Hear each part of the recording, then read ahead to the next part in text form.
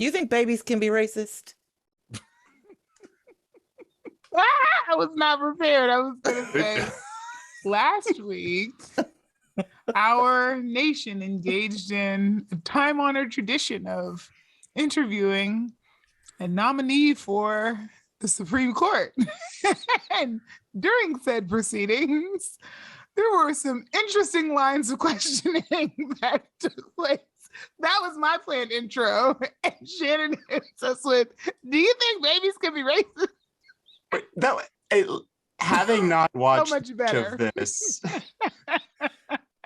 as ridiculous as what she just said was, I assume Shannon was directly quoting like a Ted Cruz type. Not a Ted Cruz type, a Ted Cruz. A Ted Cruz, an actual Ted Cruz. And I don't know. I mean, I don't think it wasn't a direct quote, but it's like the gist. It's my paraphrase. And I like that he's asking the important questions. 100%. I mean, this guy, like, he got a hold of Kendi's anti-racist baby board book and was like, babies, racism? You trying to tell me babies are racist? And then not only that, he also had pictures of the book blown up to like massive size behind him, so as if he was like presenting a very important dissertation on babies being racist. His staffers were like bringing up these like giant children's book illustrations that are like really well done, right? It's an award-winning children's book as far as I understand. I said that, and then my spouse, the children's librarian, is going to correct me tomorrow if I'm wrong. Well, what's really funny about this is that I think him attempting to malign Ibrahim Kendi's book. Ibrahim Kendi is actually coming to UC Davis on Thursday. But by maligning this book, which book was this? Did we mention this already? Is Anti-Racist Baby. The Anti-Racist Baby, yeah. It became like one of the #1 sellers almost immediately online, which I think is just super fun because Ted Cruz made that happen. So thank you, Senator Cruz from the great state of Texas. What's great is that now authors around the world are like, my goal is to have Ted Cruz hate my book so that I can end up on the top 10 New York Times bestseller charts. Yeah. Because he also held up The End of Policing. By Alex Vitale. Yeah, which we've covered about. We've covered like the first 6-7 chapters of that early on in our show a couple of years ago. I think an author could probably plan out their rollout for their book and title it in a way that would have Ted Cruz being like, fellas, is it gay to have a baby? Honestly, it rocks. Like the things that guys like Ted Cruz get mad about are so rad. Like the things that like super right-wing people, like the culture stuff that they get mad about is like an endless source of entertainment. Do you guys remember it was like just like a month ago when they like, I think wasn't like the green M&M was like sexy and had like a long like bit like tall heels, and they kind of shortened the heels and made the M&M a little more androgynous, and like Tucker Carlson freaked out about it for like a week. And I love he that. didn't want to fuck the green M&M anymore. Right, exactly. That's the implication. Is like this guy was like looking at the green M&M like, hell yeah, I'd fucking hit that. What? Which is weird because where would you hit the green M&M, seeing as how she has no orifices? I'm just curious. She has eye holes. Oh, that's oh my God. It's not often one of us goes too far. I won't yuck your yum, but wow. My dad once told me penises like holes, so you should make sure to wrap them up. All right. On that note, I think we should start the show. Can we be done with this fucking intro? Yeah. Yep. Voices, the things they said. Voices, some from those dead.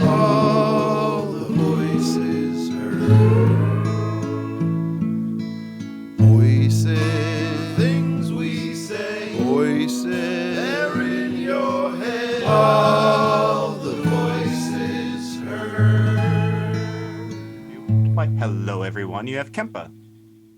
And you have Skylar. And also Shannon. When is the last time we had the four of us together? It feels like forever. I don't It's know. been a The while, I band think. is back together. A long time. It's been a long time. Yes, it has been a long time. I'm It's incredibly been a long happy. time. We shouldn't have left. It's also, you, though, I left will you. say it's been a good run of fantastic guests, and also shout out to PJ for holding it down often at last minute notice several times. Yeah. And shout out to PJ's Chardonnay, which I am still drinking. Thank you, PJ. Oh, all right. How did you end up with PJ's Chardonnay? PJ brought the world's largest bottle of Chardonnay to my home in December, and we did not open it. So I kept it so that I could open it with him. About a week ago, I think is when that happened. And then I have this like sealer thing that I can seal back. So he was here for the People's Budget retreat, which we had in my backyard. And then we opened it up so I could like toast to it with him. And then I sealed it back up. And then I was like, oh, I'm coming on the pod tonight. Let me open it up and drink some more. So shout out to PJ and his delicious Chardonnay. Oh, I love that. PJ, who is often, as folks probably know, a guest host on the show, just spent a great weekend in Yosemite.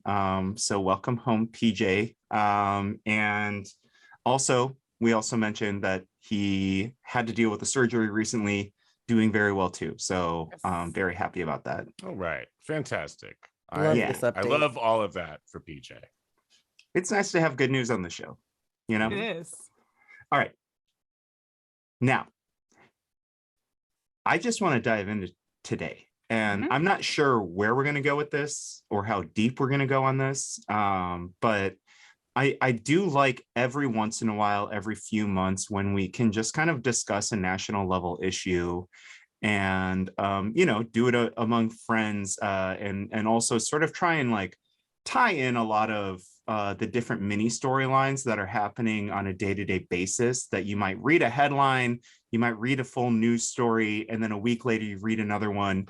And like, you get that they're kind of connected, but it's like, you don't get that full thread, right? And so tonight we're going to try and do that with a particular storyline.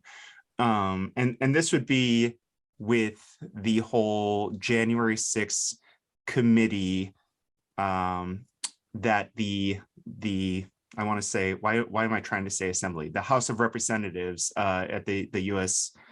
level government, federal government is carrying out sort of to try and figure out like how January 6, 2021 happened, who was behind it, was it in fact a planned coup, was it just like a bunch of dolts from backwoods America trying to knock down Pelosi's door, like what was it, right?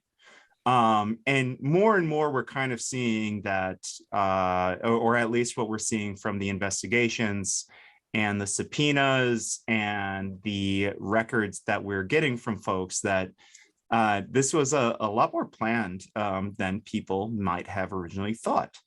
The most recent news being, some of you might have heard about this, that just a couple days ago, Shannon, never feel bad about opening a drink. I thought for a minute you were going to be like, Shannon, never open a drink while I'm talking. Do you know what show this is? No, I mean, I know, but the problem was that You were making. But I also knew that you were like in the thing where you're like, I got this, I want to get through this, and I didn't want to be like too interrupty, but also I need my alcohol. So no, it's anyway, it invigorates me when I hear a claw opening. No, okay, absolutely. excellent. Well, That it invigorates me. What is happening? All right. Okay. I'm sorry for making the face. I can't help There my was face a time sometimes. when like I was like caught off guard when we weren't opening drinks every 3 minutes. Yeah. Okay. So, well, now I'm totally off track. Something about January the insurrection. 6th commission Right. investigating what happened. Right. So I wanted to bring up some of the more recent news, and I've talked with a few friends about this, and like they've heard the recent news, but like a lot of folks, when you talk to them about it, like it's hard to connect all the dots on the history of this stuff. And obviously, you know, the show comes from a leftist perspective, so we are not liberals. We obviously despise the far right folks, but we're kind of coming from a leftist perspective, sort of just viewing from the outside how a liberal federal government would be going about something like this, right? Most recently, a federal judge just made a ruling that kind of has some big implications on former President Trump, that like sort of implies that if there's not already a federal investigation into Trump's role into this, there might be one coming up soon. And so I just wanted to like let folks in on kind of what that is. And I also kind of wanted to like just like we could take a few steps back on this whole storyline too, and be like, all right, who was involved in what? And like, as you know, like this case has sort of been approached as sort of a RICO case type thing. So it's like you go for the lower guys first, right? And then once you get them to bargain a deal, and then you get them to rat on the guy above them and the guy above them and the guy above them. Right. And increasingly, we're getting to a point where we are at the highest echelon. Now, again, I don't know if this ever results in any sort of indictment against a former president, because I mean, we can get into that, but I just don't know if that ever happens against Trump. But here's what happened recently. So there's this man, he's an attorney, his name's John Eastman. He famously wrote out a plan after Trump lost the election for how they could try and steal it back for former President Trump in January of 2021.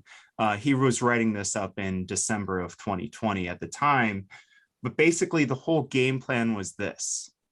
He said, what we could do is, based on the 12th Amendment, you know, the vice president oversees all things in the Senate as president of the Senate. He's like, well, when Congress, when the Senate reads through and counts the electoral votes on January 6th, what we could do is have Pence say that, well, these particular states, I don't think we can recognize them, because they're like, well, he is sort of the executive, right, of the Senate, right? So the states were Arizona, Georgia, Michigan, Nevada, New Mexico, Pennsylvania, Wisconsin, all the states that like Trump was claiming were like, you know, like there's fraud going on there, blah, blah, blah. Obviously, there was not fraud going on there. Pence had his lawyers look at it. They went up and down on it, and they were like, actually, no, like there's no stretch of an interpretation that we could do on the law that would make this, that would have like the Supreme Court land on our side. It would go 9-0 against us. Like we're not going to mess with this. And Pence went alongside with them. And so Trump's lawyer, John Eastman, kept like trying over the couple days before January 6th to get them to do this. There's documentation of Trump and Eastman working together on this. There's documentation of Eastman trying to push Pence's lawyers on this. Obviously, these are federal crimes. There's a number of things going on here. And so basically what was happening is the January 6th commission said, hey, we want public record of Eastman's emails from his university where he's a professor. These are all in sort of the servers at the university. And so like, he can't just delete them. If he deletes them, it doesn't matter. They're still in the servers. I'm sure he's deleted a bunch of things illegally, which he shouldn't, because a lot of people do that. They said, we want these from the university. And so he put together like, you know, a thing saying like, hey, no, this is attorney-client privilege. None of my emails with Trump or anything relating to Trump during that time should be legally able to come to the January 6th commission. This federal judge, his name's David O. Carter, I believe. Yes. He's a California federal judge. He went through all of this, and I read through the whole thing, his whole sort of findings here. I think there were 10 emails where he said, okay, yeah, we will allow these through attorney-client privileges to stand. But the rest of them, he said, no, you have to give them to the January 6th committee. The reason this is interesting and important, because otherwise, why does this matter, right? The big question is why. Right. The reason that this matters is this supersedes the attorney-client privilege because there is a what is the little edict thing called? It's called the crime fraud exception. The crime fraud exception, right? So basically, there's no attorney-client privilege if the attorney is helping the client to commit a crime. Yes, and like knowingly doing that, right? And the judge looked at this and was just like, no, I mean, it's pretty obvious based on the evidence that both President Trump and his attorney knew that they were doing at least 2 federal crimes. And now the big implication here is this, that A, they get all the emails, right, in the committee, but also B, this means that the committee is much more likely after a judge's ruling saying that, which is like sort of a secondary thing in his ruling. He's not saying anything about Trump necessarily other than like, oh, he probably did a crime. And there's a preponderance of evidence that he probably did a crime. He's just saying like, he probably did a crime. And so now the January 6th committee will look at that and say, hey, Department of Justice, we think he probably did a crime, a federal crime too. It's time for you to do a deep dive federal criminal investigation against former President Trump. Does that all make sense? Yes. Yeah. Did I go too far into this in the weeds? Not at all. No, I think that was a pretty good summary. Okay. So that's where it is, right? And what that means basically is if there's not a criminal investigation against him already at the DOJ, which there might be, and there have been attorneys who've been paying attention to this saying like, man, there's evidence that there has already been a federal criminal investigation against President Trump for 6 months. If there's not already one, there will probably be one. The three of you, tell me, is this as much, like, is this worth an episode here, I guess?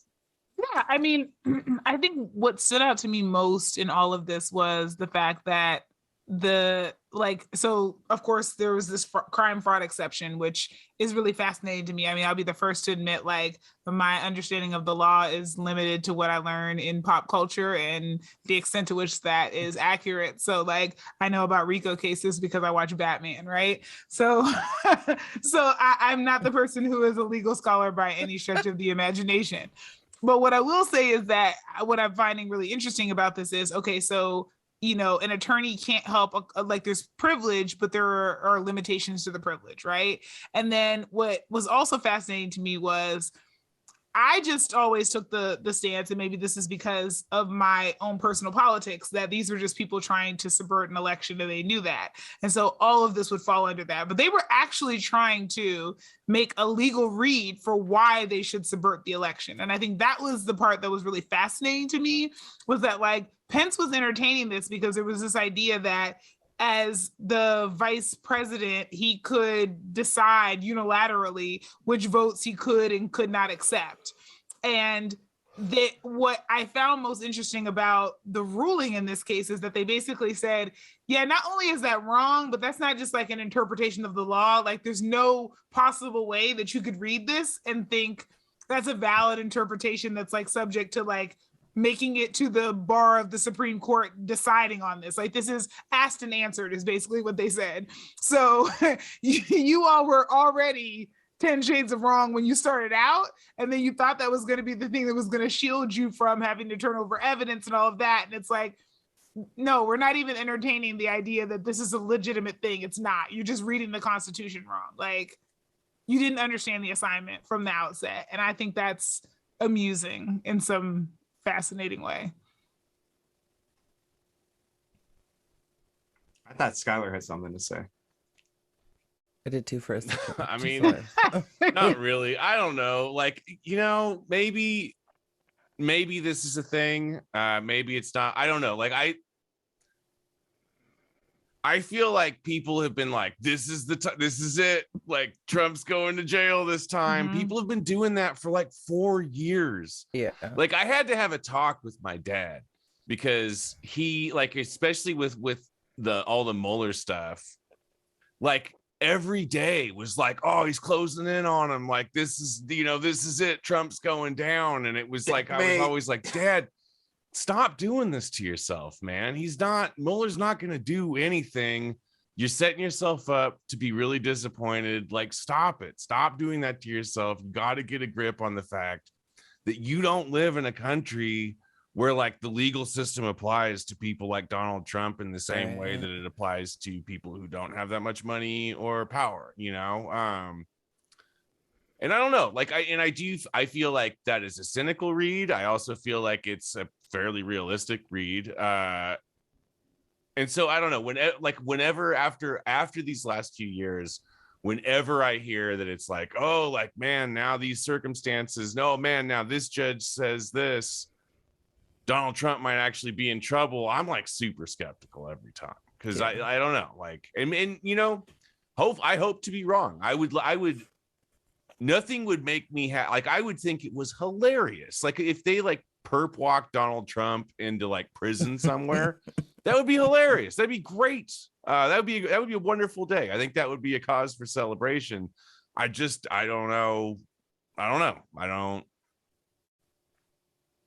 know that ever happens, even if because they have, if this many people have been looking into like Donald Trump's emails and like text messages and all of his correspondence with all these people, a lot of whom are really stupid.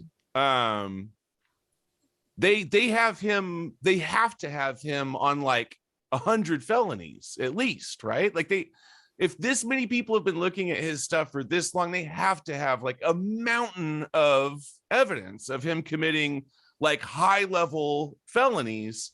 He's still just kind of doing whatever he wants to do. But I don't know, maybe it is a part of a longer strategy where they're getting the little guys first and they're working their way up to the big fish. I don't know.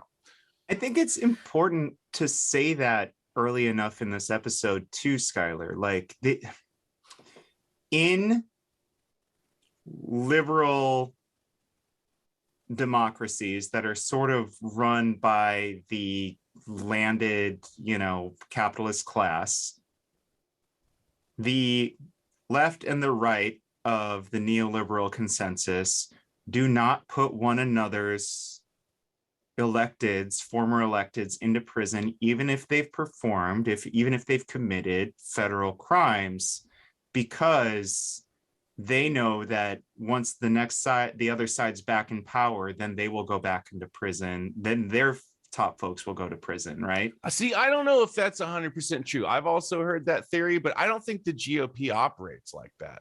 Like, the right wingers are ready to burn it down all the time. Like, they don't have the thing where they're like, oh, we can't do this because the Democrats will do it back, because they know the Democrats won't do it back, right? Well, like, look at the there's been a devolution stuff in the Republican Party also in the last 15-20 years too. It's not a consensus anymore. Like, they've gone full far right fascist. But right. I think that goes to my point, though, that like, I don't think the Republicans at this point, if they thought that they could lock Joe Biden in prison, they would do it. No, they wouldn't have any kind of like, oh, what if the Democrats get into power and lock us up? I don't see that being a thing that would happen. What I'm saying is the Democrats still have that archaic mindset. Yeah, they and do. That they won't do it. Yeah, they won't do. put Trump into prison. But I think you're right, Skylar. I mean, I think it's very unlikely that I just don't have a strong feeling that justice, however that's defined, right, in these moments, because I think a lot of the damage has been done, but that, you know, our system is designed to lock people like Donald Trump up. I just don't think that's a thing. And that's part of the reason why I think the system is so corrupt, because it's designed to really come down heavily on people who have far less means and who, you know, by comparison, inflict far less harm. But we are taught to be more outraged by it. And then we are taught to turn, you know, entirely away from and ignore what we're seeing at this grand level, because this is how polite people engage in differences of opinion. Never mind the catastrophic impact that has. But I this may sound like super defeatist, but I'm at the stage of my humanity where like the moral victories are nice ones too, and I'm just like happy to not be gaslit sometimes.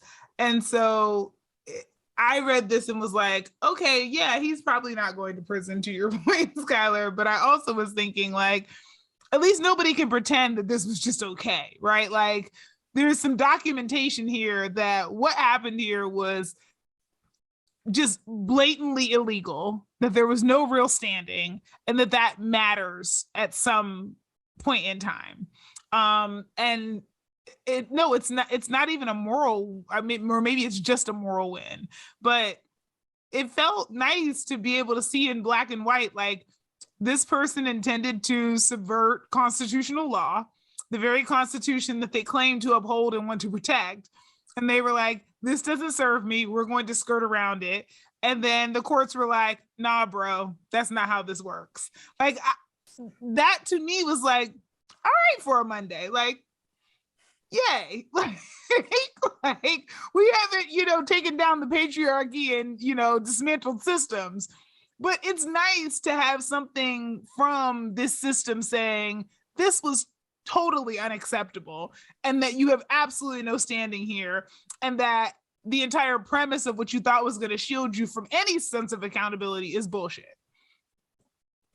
I'm down with, like, I think my original, or my very first reaction to this was like, yeah, that's dope that we have this thing, like, that a judge finally said that this asshat did the bad. And then as I started to think about it even more, it was like, wait a minute, he had a bunch of fucking dummies like doing his bidding. These like folks who are just like openly on their like total clown show fucking iPhones and like using probably their Gmail and their fucking Facebook and their Twitters to like orchestrate crime time. Right, like to orchestrate like all kinds of whack ass legal bullshit. And it took us how long to get to here? Like, so I think it was, for me, sort of a both and. The like, yeah, I guess it's like, yeah, it's cool that we have on paper that Trump is actually a piece of shit, felonious joke of a president, but also just like, damn, just a reminder that the system is like is built to protect people in his class. And like also, that's fucked. Well, no, that's it. I just like, yeah. I would also like to know, and we, obviously, like, this is a hypothetical and it's sort of a what if, instead of the situation that did happen, another thing happened or whatever, kind of an argument. But like, what do you think that there would be this much attention paid? And do you think that people like this California judge would be looking into this as steadfastly as he is, had they not like gone to Nancy Pelosi's office? Like, there was like on the January 6th thing, like they brought, I mean, obviously, everybody's there, but like, there were a lot of people who went into that gunning for people like Nancy Pelosi and like the really highbrow, like the top of neo-lib leadership. And they actually got in there, and they got into her office, and they kind of disgraced a thing that is sacred to neoliberals. And I wonder. I wonder if they hadn't done. I don't know. I guess if the target hadn't have been moneyed neoliberals, wouldn't as much Sure. attention be being paid to this case, or would it just kind of be going off to the side like everything else? A very good question. I think it's a good question, and I think it also leaves us in a space of like, yeah, that like moneyed neoliberals were part of that like very strategic like move, but also we have the document or the I guess you don't call it testimony yet because it's not in court, but her well, yeah, it's her fucking testimony. Like AOC talked about how terrifying that day was for her as she was like hiding in her office, like essentially like hiding in a closet, because she was like, if they find me, then I really did feel like they were gonna kill me. And so AOC is probably a huge target on that day. Like, yeah, AOC it's hard is to imagine like maybe the number one Totally. person who needs to be watching her back on that day. Absolutely. For sure. Without So question. that's where I wonder, it's like if AOC had not been a part of that day, then I think that question is like, yeah, like, and not that there isn't weight there, not that that isn't a fair and a good question, but I do think that because AOC comes into play there, it's like it was more than moneyed neolibs that were part of that. They were going after someone who was interested in people over capital or people over power, right? Like it didn't, Nancy Pelosi and her whack ass bullshit aside. But I think the Nancy Pelosi is actually the piece that makes it more egregious to many people, because totally.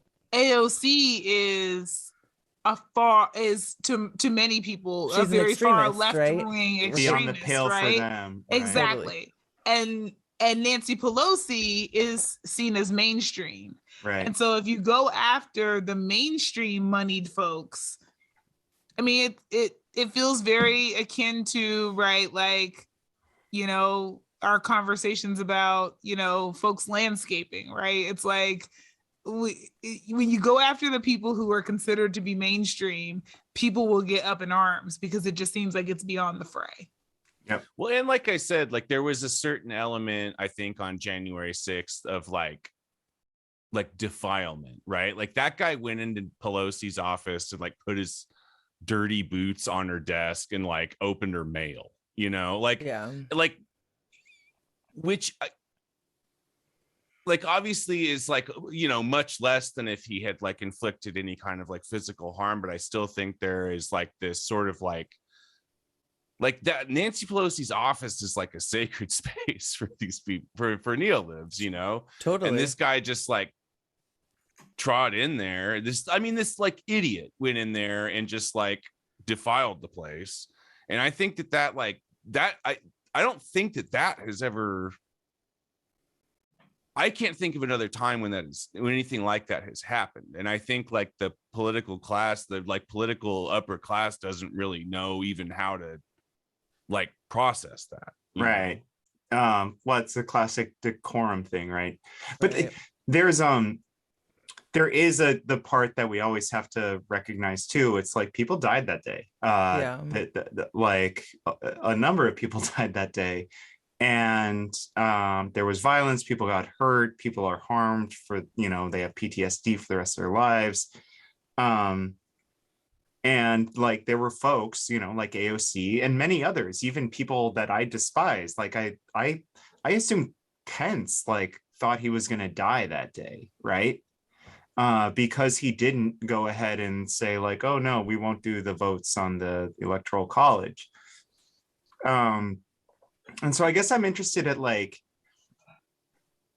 who was involved that day And like, can we carry it over to that a little bit? And yeah, they like, I don't know, like it's one of those things where it's like, you watched it happen. I remember watching it happening and thinking this was just sort of this like this kind of visceral response from this sort of mindless but very emotional far right. But the more that these things are coming out, the more you realize like, oh, there was some work behind this. And I don't know where to start with it. Maybe we start with Ginny Thomas. Ginny Thomas being the wife of the Supreme Court Justice Clarence Thomas. He is far right, very far right on just about everything, except for one case that I've ever read. And let's read some quotes from his wife to Mark Meadows, who was the chief of staff in Donald Trump's White House, after, like, you know, towards the end of his tenure, all the way through the insurrection. So here's a few quotes. Now, these quotes came through because Mark Meadows a bunch of his stuff was subpoenaed by the January 6th committee. This stuff was not public. It was leaked to the media, but these are verified texts that she sent to Mark Meadows, the chief of staff of Trump's White House. So she texted him basically like some very like far right conspiracy theories. Here's one text. Biden crime family and ballot fraud co-conspirators, parentheses, elected officials, bureaucrats, social media censorship mongers, fake stream media reporters, etc., end of parenthetical, are being arrested and detained for ballot fraud right now and over coming days, and will be living in barges off Gitmo to face military tribunals for sedition. It rocks that like the wife of a United States Supreme Court justice's brain is apparently like a Midwestern boomer meme. She's a Q boomer. Like, She I love that. capitalizes random nouns, Awesome. like that, like the ultimate like Q boomer. Uh-huh. Hardcore. That's like some like an uncle getting himself disinvited from Thanksgiving post. The quote really in the is. article after this was, then she added of this fanciful if chilling set of conspiracy theories, I hope this is true. I hope this is true. Hope this is true. How do you get to there on barges that are floating around Gitmo? How would you like To face military how do you get there? tribunals. That owns. I love that. All right. I just want to do a couple other quotes that she sent to Meadows. The next day she sent him, do not concede. It takes time for the army who is gathering for his back. Yep. I don't even know what that means. I don't know. But I know, like total humor, right? Another one. 100%. Release the Kraken and save us from the left taking America down. Hell yeah. Do you think like when she's Release sending the these, do you crack. think it's like in text that's like over a picture of like an angry lion or something? Like, Oh, what if some dumb GIF like just I doesn't want it make to it be a onto GIF. these? Yeah, Yeah. I want it to be a really good, like, violent, like Like a sea Kraken. creature. Yeah, mhm. GIF. And Another then just one. like a picture of Pepe the Frog being like, Pepe on like a Victorian horse. Yeah. All right. In another, she wrote, I can't see Americans swallowing the obvious fraud, just going with one more thing with no frickin' consequences. No freaking consequences. Frickin. This is the wife of a justice of the I love federal that she Supreme Court. censored herself. We just caved to people wanting Biden to be anointed. Many of us can't continue the GOP charade. what is the GOP charade? I guess pretending that like This is all normal. This I is don't all know. yeah, like the GOP charade is like that there's not this massive conspiracy happening that is super lefty that's going to corrupt all of our kids, and you're trying to still play nice with them. It's basically their version of, you know, the disconnect between the left and the like neolibs, right? It's like Yeah. you're pretending like you just want to play nice in the sandbox and you all are all friends, and there's really, you know, a lot more happening, right? But it's their version of that. Yeah. So there's other quotes too, where she's obviously in contact with Jared Kushner, who is Trump's daughter's husband, in contact with Sidney Powell, who was that insane attorney that was like just spouting off the weirdest shit during the pushback of the Stop the Steal. And I'm just going to do one more little thing from her. In one text exchange right after the election, she tells Mr. Meadows, that's chief of staff for Trump, that he needs to listen to Steve Piechnik, a one-time State Department consultant who has appeared on Alex Jones's InfoWars to claim, among Super other good. things, that the Sandy Hook school massacre was a false flag operation. Like, this is, it's incredible. Like, I don't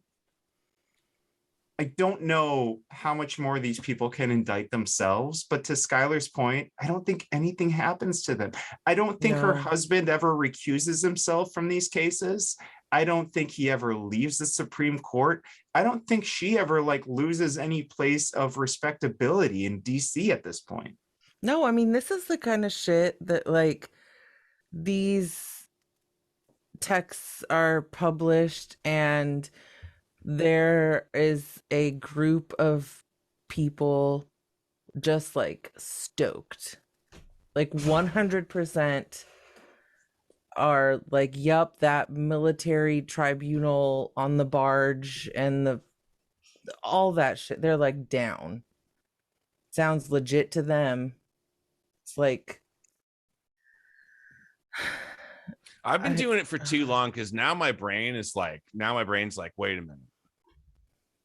What if they really had, they really have had the blindfold pulled off, and we are the ones who don't think, who are ridiculous for not thinking that there's a barge floating around Gitmo for the waiting tribunal? What if they're right? we're like, what if the Kraken is actually just waiting to be released? What if The barge is how named the crazy would SS that? Kraken. We're gonna feel super dumb when all of that turns out to be right, and we were sitting here being snarky on our podcast, making fun of them. Well, we'll all be sharing a cell at that point. Right. We'll be floating around Gitmo on the Voices The barge. Kraken will just be holding each of us. And So like, we're at a level. Did you just do air decks, Shannon? no, I don't think she intended. I was them to doing be air Kraken decks. arms, but I realized air that's Kraken. very close to air. Okay. My apologies. Very close. I never really thought of that. I'm on a dick run tonight, I guess. So that's one thing for me. I don't think there's any consequences for Ginny Thomas No. or her husband. And like, there's an argument that there shouldn't be for him, I guess, because he's not her. But That's What? the argument. that's a good, I mean, Because he's not. her. She's the one doing the crazy text, not him.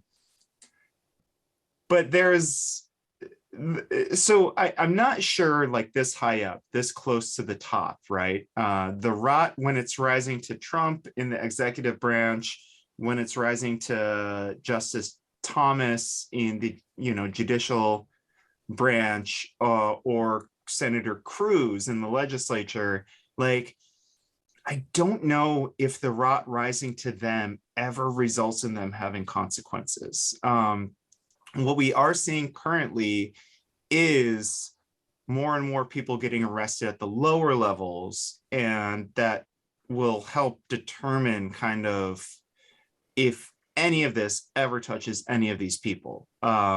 So Roger Stone, longtime advisor of Trump, also longtime advisor of former President Nixon. He is really the reason the term rat fuckery exists. He is a big reason for what a lot of what happened in the past few months went down. Did that article, so that article that you sent us about him, I read that whole thing and it is absolutely bananas. I loved every second of it. It is so long, but it is one of the best things I've ever read from a daily news outlet. Like, so, it is incredible. Just for our listeners, so he had a documentary film crew from like Denmark or whatever. Yeah, they're Danish. Like follow him around and like film and record everything he was doing while he did a bunch of like really bad illegal shit and said a bunch of like things. Really like basically did sedition in front of a camera crew. He was like he was on Signal, like sending disappearing messages that are like high treason while they were filming his phone. They've just cut the camera. See his messages. It is Tiger King, the Capital Edition. That's what I described this article because so much in the That's the kind of stuff, though. I'm like, it is such a weird disconnect. And I know we should be used to it by now because especially with like this class of right winger, like this is always how it goes. But it's like, because the thing that's so weird is like that's day one stupid. Like if you're gonna do a bunch of like illegal shit, everybody knows not to bring a camera team in to film you doing it. But like the other side of it, the disconnect that I will never ever understand is that Roger Stone is also wildly successful at what he does. Very like rich. He is like very much free right now. He's like at the top. His best life. Yes, he has like risen to like, he is like the Michael Jackson of being like a right-wing political consultant. How is he that successful? How can he be simultaneously that successful, but also like that inept? And that, I mean, obviously I know that's a stupid question because that's a lot of people, you know. I mean, the same thing to me kind of applies to Clarence Thomas, which is just like becoming a Supreme Court justice is really hard. You have to be like really smart and know a lot of like, you have to like succeed monumentally at so many things in so many ways for so long to get into that seat.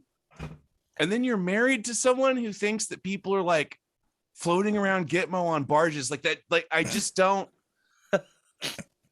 you know, or like, what was the oh man, I'm blanking on his name. The sleepy brain surgeon who ran for president against Trump. Ben Carson. Ben Carson, yeah. Oh, right. Sleepy brain surgeon. This Who guy ended up the HUD. This guy, dude.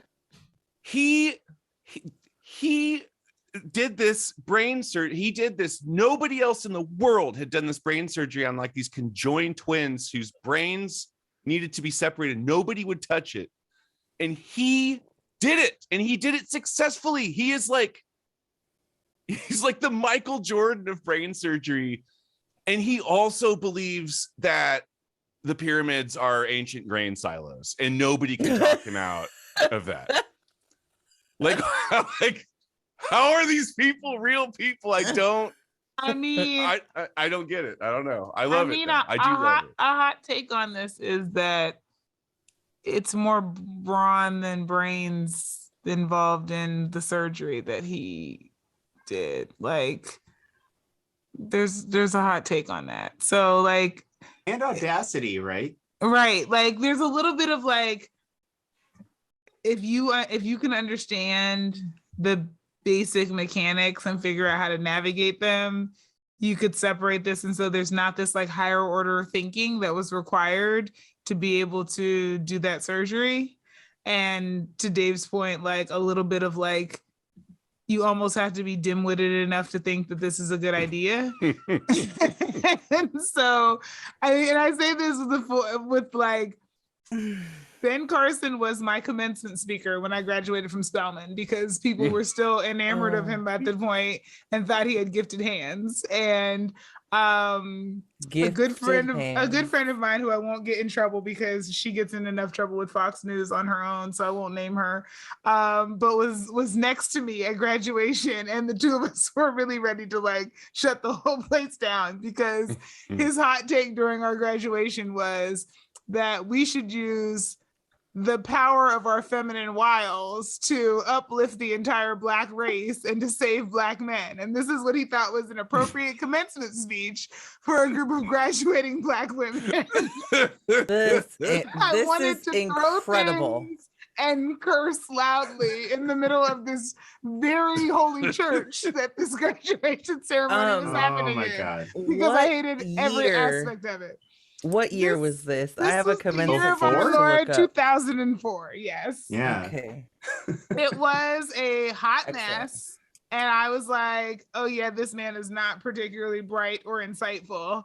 And then it turned out years later that he was even less bright and insightful than my low opinion of him that day deserved.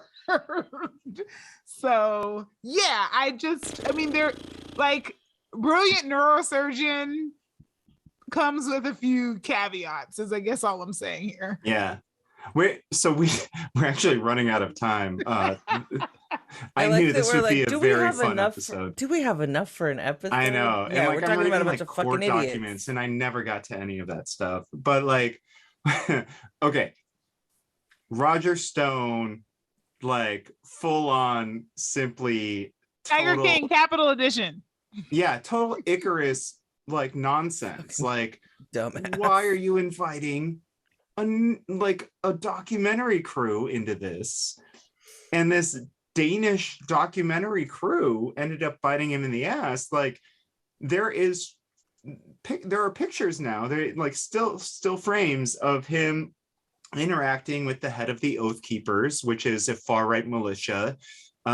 Most of whom have been now indicted for their part in the coup of January 6th. With the head of the Proud Boys at the time, what's his name? Oh, I can't remember his name now. I'm terrible with names. I'm glad it doesn't matter that much to us. Yeah. But him, Enrique Taddeo. That's him. Enrique, yes. I had to go back and look because I don't commit their names to memory. So they're interacting one-on-one. He has now been indicted for federal crimes. Enrique, as well as a bunch of his underlings, are now in deep trouble. They've either been indicted or they have pleaded guilty to some things. They're eating their own at this point, which is really interesting to me. And that's where I'm kind of coming from when I'm like, I think what they're trying to do is get them to eat their own on their way up, right? So they're going to come for Stone. They're going to come for, Eastman. I don't know if Ginny Thomas can ever be touched, though. I don't know if a Trump can ever be touched or a Senator Cruz can ever be touched. But like, all of these folks, Matt Gaetz is implicated in that Roger Stone piece. That Roger Stone piece is like Pulitzer work, by the way. But like, that's kind of where this is. So I think what happens in this, in the same way it happens in every case within the American legal justice system, is the big fish swim away. And at best, the middle fish serve a tiny bit of time. I think, honestly, I think a lot of that, the implication of that goes back to what you were saying about they're like not wanting to set a precedent, right? And I think they're like, not even like the neolibs really want to lock up Trump, because if we put somebody who's that wealthy and powerful in prison, then it sets a precedent that we can do that. And I don't think any of these people want to set that precedent. Yeah.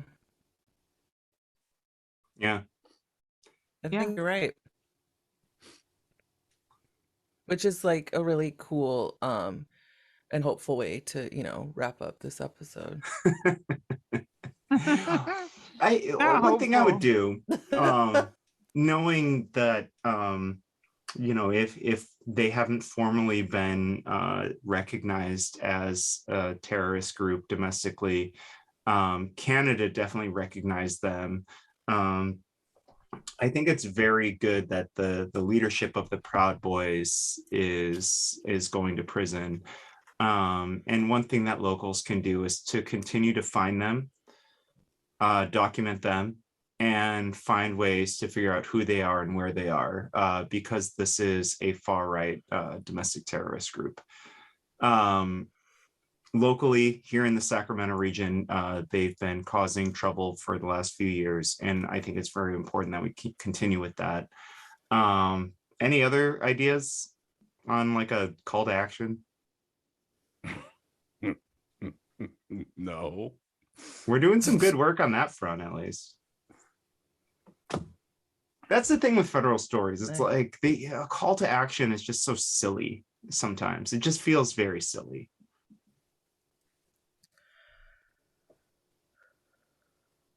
Yeah, I got nothing. Yeah, I don't know. Go ahead, Jenny.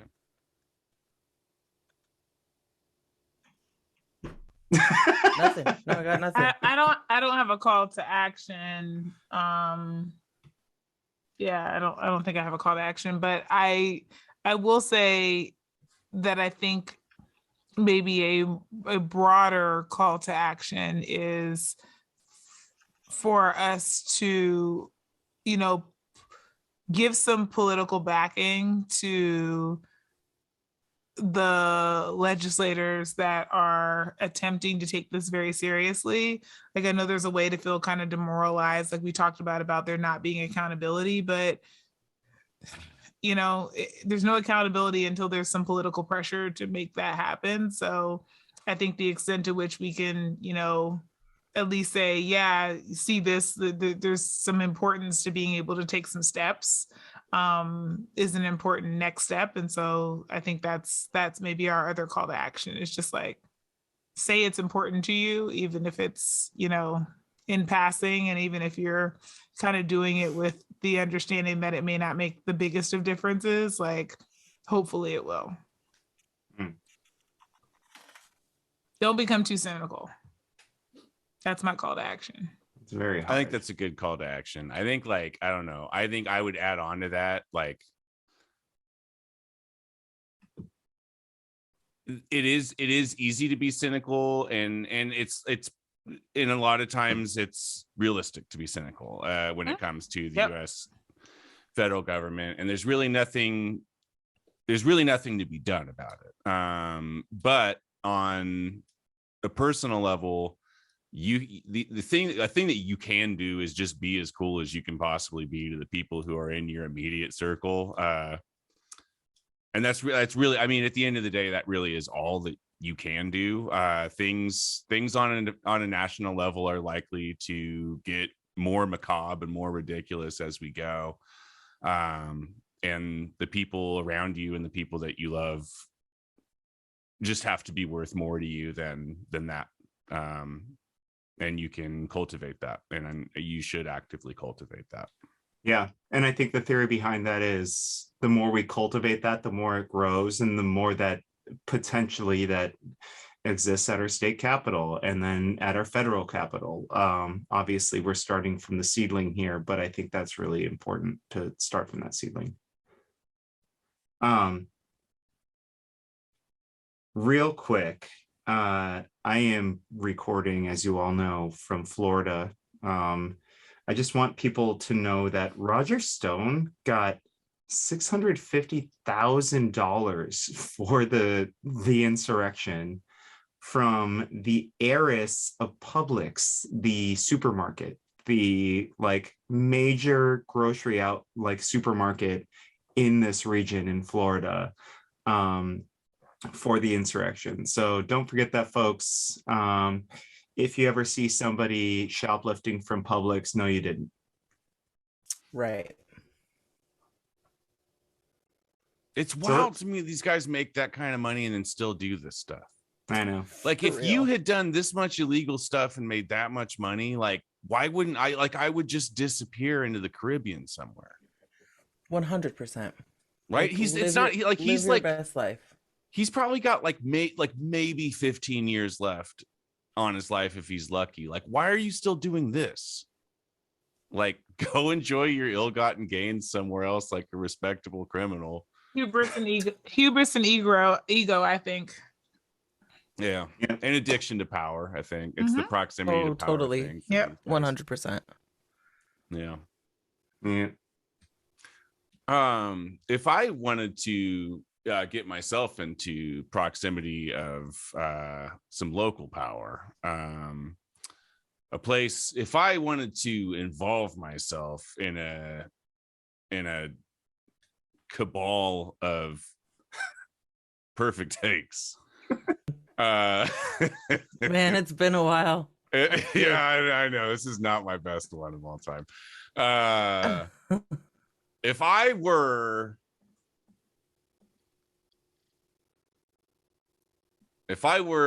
better at this, we'd already be done with this episode. Dave, where can I go to find a cornucopia of the world's most excellent takes to be found online anywhere on the World Wide Web? There is a secret volcano in an undisclosed Southern Pacific location, where all of us come together with our perfect takes, and we try and spread that gospel to the world. And the name of that location is Voices River City. You can find it on the, you don't have to get a plane ticket. You can find it online at voicesrivercity.com. You can join us there. Hella cheap. We're on the socials, Voices River City. You'll find us on all of them. All very fun. But generally, if you want to support us, if you want to keep our secret volcano running, listen, this doesn't happen for free. It doesn't pay for itself. So as low as $5 a month, as much as $25 a month. We love what we do. And if you love what we do, we want, we need your help. And so feel free to become a patron at patreon.com/voicesrivercity. Beyond that, you can find me on the socials on Twitter at Kempa, YUKNOWKEMPA. You can find me on Twitter at Guillotine for You. That is Guillotine, the number 4, YOU. I am Shan N.D. Stevens. And you can find me at Flojaune, FLOJAUNE. Yeah, we have it. That's it. All right. That's the show. We did it! We Wow. nailed it. I wonder Yes. when we're all going to be on this show together again. Never! Okay, so real quick, I don't know if we want to plan this out while we're live here, but like, I want to see if you are listening to the show, I want to have a beer with you, and I think we need to make a Voices meetup happen before Deltacron shuts everything down again, because that is maybe gonna happen. So yeah, I mean, I get back into town just before April, so I'm around all of April, so it's up to you three. Voices meetup in April for sure. We don't have a date yet, but it is definitely in the Voices tradition of promising to do things we don't actually have a plan for. We are going to have a meetup in April, because I love having meetups, because I love to see all of you in person. It's very fun. Let's do it. I can't. And it goes towards the call to action, which is to be cool to all the people around you, and being around a bunch of people who are cool. It really facilitates that kind of action. Makes that shit easy. Here for it. You're welcome. I call that the Bill and Ted doctrine. Be excellent to each other. Yeah, they were onto something. Yeah. All right. Well, let's call it. Okay. Do it.